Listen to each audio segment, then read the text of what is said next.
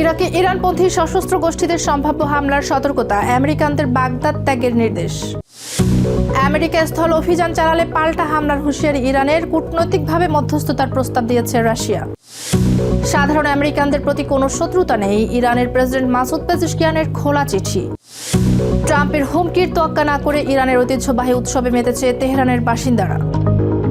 মধ্যপ্রাচ্যের রাজনৈতিক, অর্থনৈতিক সহ সবশেষ খবরাখবর আপনাদের সামনে এক নজরে তুলে ধরছি আমি তাসমিয়া টুম্পা।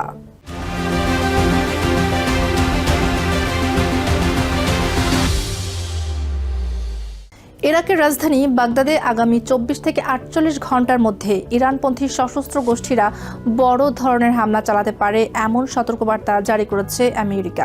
বৃহস্পতিবার দেশটিতে থাকা আমেরিকান নাগরিকদের অবিলম্বে ইরাক ছাড়ার নির্দেশ দিয়েছে বাগদাদের আমেরিকান দূতাবাস। এদিকে ইরান, আমেরিকা ও ইসরায়েলের এই সংঘাতের মাঝে পড়ে চরম নিরাপত্তাহীনতায় ভুগছেন বাগদাদের সাধারণ মানুষ ও বিশ্ববিদ্যালয়ের শিক্ষার্থীরা। সময় মাত্র 24 থেকে 48 ঘন্টা। এর মধ্যেই ইরাকের রাজধানী বাগদাদে আমেরিকান লক্ষ্যবস্তুগুলোতে বড় ধরনের হামলা চালাতে পারে ইরানপন্থী সশস্ত্র গোষ্ঠীগুলো। বৃহস্পতিবার এমনই এক জরুরি নিরাপত্তা সতর্কতা জারি করেছে বাগদাদে আমেরিকান দূতাবাস।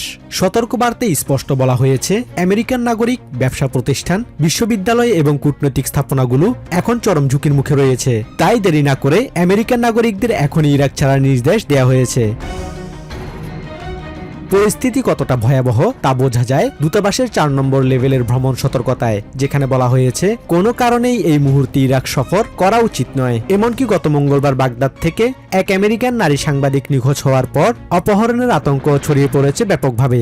গত 28 ফেব্রুয়ারি থেকে ইরান, ইসরায়েল ও আমেরিকার মধ্যে শুরু হওয়া এই রক্তক্ষয়ী সংঘাত এখন ইরাকের আকাশকেও অনিরাপদ করে তুলেছে। তবে এই লড়াইয়ের সবচেয়ে বড় শিকার ইরাকের সাধারণ নাগরিক ও শিক্ষার্থীরা। তেহরানের সায়েন্স অ্যান্ড টেকনোলজি ইউনিভার্সিটিতে হামলার জেরে মধ্যপ্রাচ্যে থাকা আমেরিকান বিশ্ববিদ্যালয়গুলোতে পাল্টা আঘাতের হুমকি দিয়েছে ইরানের রেভলিউশনারি গার্ড। এই হুমকিতে স্থবির হয়ে পড়েছে বাগদাদ ও কুর্দিস্তান অঞ্চলের শিক্ষাজীবন। এরই মধ্যে বাগদাদের আমেরিকান ইউনিভার্সিটি তাদের শিক্ষা কার্যক্রম স্থগিত করেছে। বিশ্ববিদ্যালয়ের শিক্ষার্থী বা সাধারণ নাগরিক হিসেবে এই যুদ্ধের জন্য আমরা দায়ী নই। এটি আমেরিকা এবং ইরানের মধ্যকার রাজনৈতিক সংঘাত। কিন্তু বর্তমানে আমি চরম আতঙ্কে দিন কাটাচ্ছি। রাস্তায় বের হতে ভয় পাচ্ছি, কারণ যে কোনো মুহূর্তে আমার বিশ্ববিদ্যালয়ে ড্রোন বা মিসাইল হামলা হতে পারে। এই দুই দেশের লড়াইয়ে আমাদের কেন ভয়ের মধ্যে থাকতে হবে? ইরাকের আকাশ এখন দুই পক্ষের ক্ষেপণাস্ত্র আর ড্রোন চলাচলের করিডোর হয়ে দাঁড়িয়েছে। বিশ্লেষকরা বলছেন, ভৌগোলিক অবস্থানের কারণে ইরাক বরাবরই আঞ্চলিক শক্তিগুলোর লড়াইয়ের ময়দানে পরিণত হয়। কিন্তু এবার সেই সংঘাতের আঁচ সরাসরি সামাজিক ও শিক্ষা জীবনে লাগায় ক্ষুব্ধ ইরাকিরা। আমরা ইরান ও এই অঞ্চলের ভৌগোলিক অবস্থানের ঠিক মাঝখানে দাঁড়িয়ে আছি। আমাদের আকাশের উপর দিয়ে দুই পক্ষের বিমান ও ক্ষেপণাস্ত্র চলাচল করছে। কিছু তরুণ আদর্শিক কারণে এই যুদ্ধে জড়িয়ে পড়ার চেষ্টা করছে। এর ফলাফল ইরাকিদের জন্য শুভ হবে না। দিন শেষে আমাদের সমাজ এবং শহরগুলোই ক্ষতিগ্রস্ত হবে এবং সাধারণ মানুষই হবে এর মূল শিকার। 24 থেকে 48 ঘন্টার এই আলটিমেটাম বাগদাদ জুড়ে এক থমথমে পরিস্থিতি তৈরি করেছে।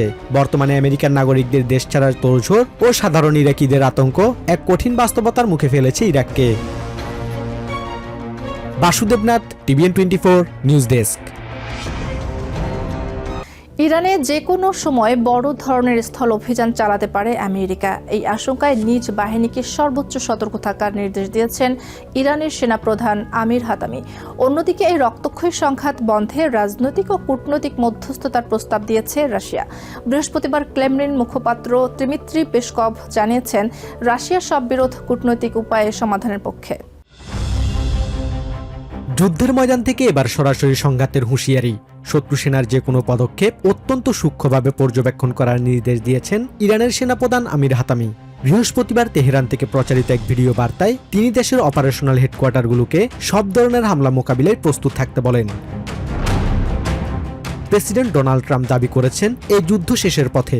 তবে বাস্তবে পারস্য উপসাগরে আমেরিকার ক্রমাগত সেনা মোতায়েন ভিন্ন কিছুর ইঙ্গিত দিচ্ছে। আমির হাতামি স্পষ্ট জানিয়েছেন, শত্রু সেনারা যদি স্থল অভিযানের চেষ্টা চালায় তবে তাদের একজনকেও জীবিত ফিরতে দেয়া হবে না। আমরা আমেরিকান জায়নিস্টদের শত্রু বলছি। আমাদের সামরিক সক্ষমতা সম্পর্কে আপনাদের তথ্য অপূর্ণ। আপনারা আমাদের কৌশলগত ক্ষেপণাস্ত্র উৎপাদন কেন্দ্র বা আধুনিক ড্রোন প্রযুক্তির নাগাল পাবেন না। যে আগ্রাসন আপনারা শুরু করেছেন তার চড়া মূল্য আপনাদের দিতেই হবে। ইরানের পক্ষ থেকে জানানো হয়েছে এই যুদ্ধ শত্রুর চূড়ান্ত আত্মসমর্পণ না হওয়া পর্যন্ত চলবে। অন্যদিকে বৈশ্বিক এই অস্থিরতা নিরসনে এগিয়ে এসেছে রাশিয়া। ক্রেমলিন মুখপাত্র দিমিত্রি পেসকভ জানিয়েছেন, প্রেসিডেন্ট ভ্লাদিমির পুতিন আরব বিশ্বের নেতাদের সাথে সার্বক্ষণিক যোগাযোগ রাখছেন। প্রেসিডেন্ট পুতিন সবসময় সব বিরোধ কূটনৈতিক উপায়ে সমাধানের পক্ষে। যদি আমাদের সহযোগিতার প্রয়োজন হয় তবে এই সামরিক পরিস্থিতিকে শান্তিপূর্ণ পথে ফিরিয়ে আনতে আমরা আমাদের ভূমিকা রাখতে প্রস্তুত। এটাই রাশিয়ার মূল অবস্থান। তবে শান্তি প্রস্তাবের পাশাপাশি নেটোর ভূমিকা নিয়ে কড়া সমালোচনা করেছে মস্কো। পেসকভ স্পষ্টভাবে নেটোকে একটি শত্রুজোট হিসেবে অভিহিত করেছেন। একদিকে তেহরানের ধ্বংসাত্মক প্রতিরোধের হুমকি, অন্যদিকে মস্কোর কূটনৈতিক সমাধানের আশ্বাস। সব মিলিয়ে ট্রাম্প প্রশাসনের পরবর্তী পদক্ষেপই নির্ধারণ করবে এই যুদ্ধ কি শান্তির পথে হাঁটবে নাকি আরো ভয়াবহ রূপ নেবে। Basudebnath, TVN24 news desk. আমেরিকার সাধারণ জনগণের প্রতি ইরানের কোনো শত্রুতা নেই বলে জানিয়েছেন দেশটির প্রেসিডেন্ট মাসুদ পেজেশকিয়ান। বুধবার সামাজিক মাধ্যমে প্রকাশিত এক খোলা চিঠিতে তিনি ওয়াশিংটনের বিরুদ্ধে তেহরানের ভাবমূর্তি ক্ষুণ্ণ করার অভিযোগ তোলেন। পেজেশকিয়ান বলেন, ইরানকে হুমকি হিসেবে চিত্রায়িত করা ঐতিহাসিক ও বর্তমান বাস্তবতার পরিপন্থী। সাম্প্রতিক সময়ে আমেরিকা ও ইসরায়েলের সাথে চলমান সংঘাতের জেরে বিশ্ব জ্বালানি বাজারে অস্থিরতা বাড়লেও ইরানের প্রতিটি পদক্ষেপ মূলত আত্মরক্ষামূলক। এছাড়া তিনি মধ্যপ্রাচ্য আমেরিকার সামরিক উপস্থিতির কড়া সমালোচনা করেন। এদিকে ডোনাল্ড ট্রাম্পের করা ইরানি যুদ্ধবিরতির অনুরোধ সংক্রান্ত দাবিকে ভিত্তিহীন বলে নাকচ করে দিয়েছে তেহরান।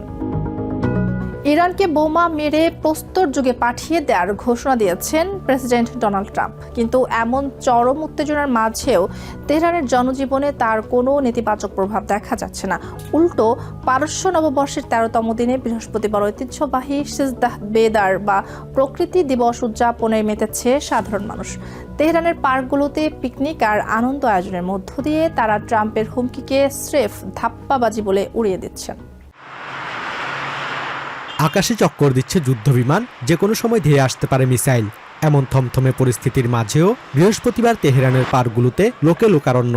পারস্য ক্যালেন্ডার অনুযায়ী নববর্ষের 13তম দিনে ঘর ছেড়ে প্রকৃতিতে সময় কাটানো ইরানিদের হাজার বছরের পুরনো ঐতিহ্য। প্রেসিডেন্ট ট্রাম্প তার এক টেলিভিশন ভাষণে আগামী 2-3 সপ্তাহের মধ্যে ইরানকে প্রস্তর যুগে ফিরিয়ে নিয়ে যাওয়ার হুমকি দিয়েছেন। তবে তেহরানের নাগরিকদের কাছে এই হুমকি স্রেফ হাস্যকর। তারা মনে করেন, যাদের ইতিহাস মাত্র 250 বছরের, তারা 8000 বছরের প্রাচীন সভ্যতাকে ভয় দেখাতে পারে না। শত্রুরা আমাদের ভয় দেখাতে চায় যাতে আমরা তাদের দেওয়া শর্ত মেনে নেই। কিন্তু আমরা জানি নতি স্বীকার করলে আমাদের অবস্থা লিবিয়া, ইরাক বা সিরিয়ার মতো হবে। যারা মাত্র 250 বছরের সভ্যতার অধিকারী, তারা আমাদের প্রস্তর যুগে ফিরিয়ে নিতে পারবে না। পার্কের ঘাসে বসে কাবাব রান্না করা বা তাস খেলায় ব্যস্ত পরিবারগুলোর চোখে মুখে আনন্দের ছিটেফোঁটাও নেই। অনেকের মতে ইরানিরা জন্মগতভাবেই সাহসী এবং আগের যুদ্ধগুলো তাদের মন থেকে ভয় তাড়িয়ে দিয়েছে। আমার মনে হয় এটা কেবলই একটি ধাপ্পাবাজি। ইরানের সভ্যতায় হাত দেওয়ার সাহস কারণেই স্বাভাবিকভাবেই ভয় একটু থাকে, কিন্তু আমরা তো সবকিছুই দেখেছি। আগের যুদ্ধ আমাদের ভেতর থেকে ভয় তাড়িয়ে দিয়েছে। এটা আমাদের জন্য বড় কিছু নয়।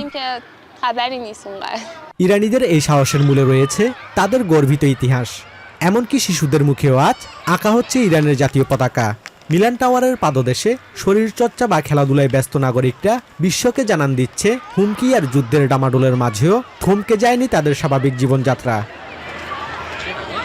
ট্রাম্পের প্রস্তর যুগের হুমকির জবাবে ইরানিরা সামনে আনছে তাদের সাইরাস সিলিন্ডার বা প্রাচীন ঐতিহ্যের নিদর্শনগুলো। যুদ্ধের মেঘ যতই ঘনীভূত হোক, তেহরানের এই উৎসবমুখর পরিবেশ যেন এক নীরব প্রতিরোধের প্রতিচ্ছবি। Basudebnath, TVN24 news desk. এক নজরে প্রতিদিন মধ্যপ্রাচ্যের খবর জানতে চোখ রাখুন TVN24 নিউজ নেটওয়ার্কের ইউটিউব ও ফেসবুক পেজে। নিউ ইয়র্ক থেকে সম্প্রচারিত TVN24 টেলিভিশন বিশ্বজুড়ে বাঙালির কণ্ঠস্বর।